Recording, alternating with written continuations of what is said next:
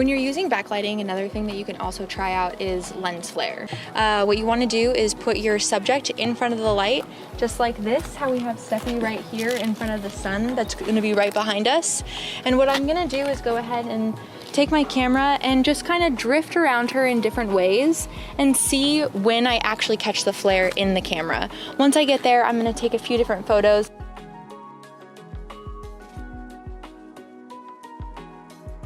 The best way to capture lens flare is if you have something that's cutting the light.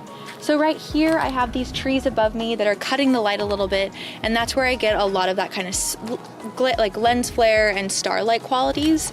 Another option you have is to actually put your subject right in front of the light. So I'd get a little bit lower on the ground and make sure that her body, whether it's her head or maybe her shoulder, is kind of cutting the light in half.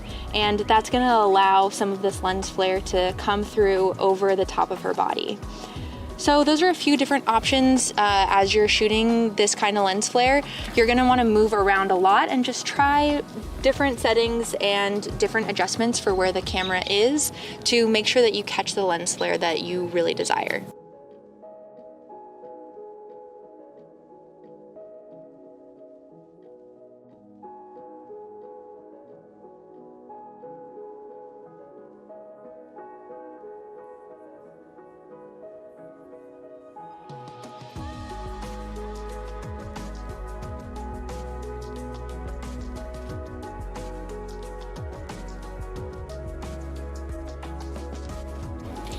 So an aperture is really an important aspect of getting the right lens flare.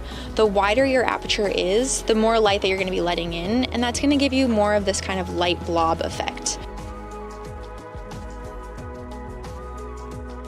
When you have a smaller aperture, which is actually a larger f-stop, you're going to be letting in less light, which is going to be giving you an effect with the lens flare that is a little bit more crisp and clean versus this big light blob.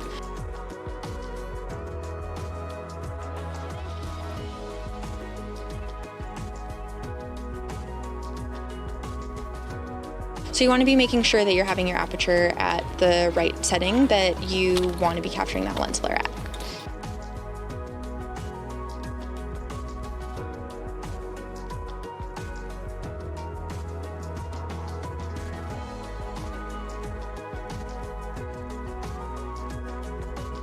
So I'm switching a lot as I'm moving the aperture around to make sure that I'm getting the lens flare the right quality.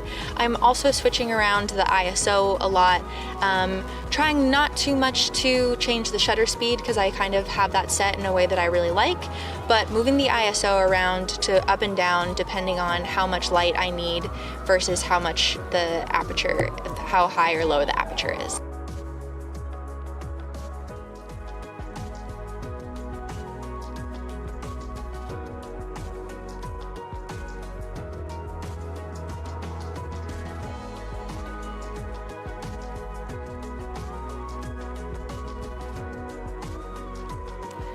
Lens flare isn't always the easiest thing to capture. It really depends on the time of day that you're shooting and what the different conditions are for you to be shooting. So if you're trying it out and you're not having the best success, don't worry, it does help to shoot it a little bit later in the day. As you just saw, I practiced a bunch of different places and didn't exactly catch the exact lens flare I wanted or was super excited about, but you can just keep trying. Again, it's not gonna be super easy to catch it, but sometimes you'll get that exact perfect moment where it hits the lens just right, and those are the moments as a photographer that you get really, really excited about.